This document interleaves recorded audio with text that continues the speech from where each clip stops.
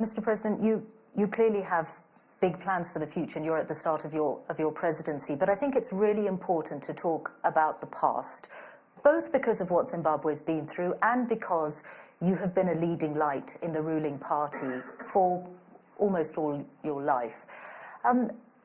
What would you say then? Let's address one particular phase in Zimbabwe's history, and that was the period in the early 1980s when you were in charge of state security and when terrible massacres took place in Matabeleland. Do you acknowledge that you were in a position of power when those massacres took place? I was Minister for National Security, that is National Intelligence. That is correct. We are not saying the past must be thrown away from history. It has happened, it is there. Currently, just a week ago, I have signed a bill, the National Healing and Reconciliation Bill. I have signed it into an act, and I have signed one of my vice presidents to deal with that one, so that the communities that were affected can air their grievances and challenges, and government, with recommendations from that commission, we should be able to address those issues that are... Is it going to be a Truth and Reconciliation Commission? It's not called a Truth and Reconciliation Commission. It's called a National Healing and Peace Commission. Okay. Yes. And will you be appearing before it? No, they themselves are going to the communities that are affected. If they ask me to come for any reason, I will. Okay, but then what would you like to say now, 2 months into your presidency, what would you like to say now about how you feel about that time and how you feel about having been in a position of power when as many as 20,000 people were killed in Matabeleland?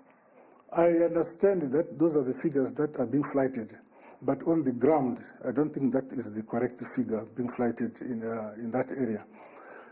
The most important thing is that what has happened has happened. What can we do about the past? We have put up a commission to deal with that issue.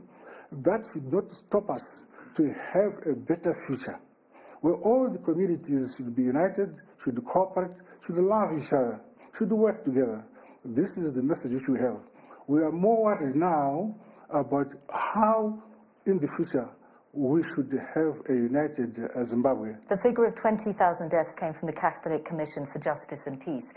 You could just apologize for what happened at that point, and that would be a powerful signal that Zimbabwe is truly moving into an era where it has acknowledged the past properly.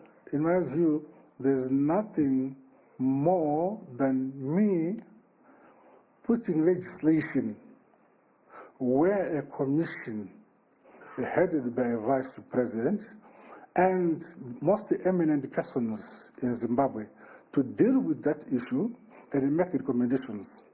At the time in 1987, my former president and the president of ZAPU, the late Vice President Joshua Nkomo, came together and cobbled out a unity accord which ended that conflict. Yes, but I'm asking you, because you've taken over from Mr. Mugabe after 37 years, what is it that stops you saying the words, "I'm sorry for what happened in that time," in a way that presidents, prime ministers have apologized for things that happened even many decades before they were in power, as a way of having a proper reckoning with the past? Let me assure you, just recently, I had a meeting with the chiefs from Matabeleland, discussed with them.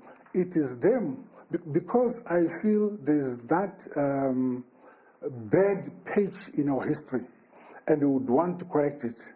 We would want to say, wherever a wrong was committed, right, we must say the government of the day must apologize. Wherever a community has suffered any injury, if it is possible to have that injury repaired, we do it. So, as a community, as a government, and as traditional leaders, we have agreed on how to deal with that issue.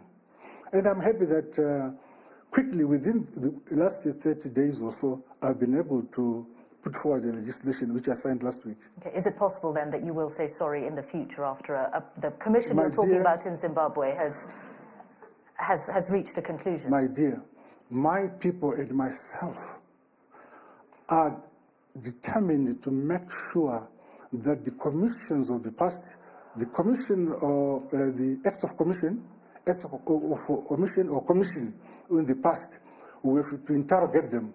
Where the government of the day was wrong, we point out that that was wrong. Where the government of the day was correct, we should say so. And we have put up a machinery to achieve that. I don't know what your problem is, but this is how I'm dealing with the situation.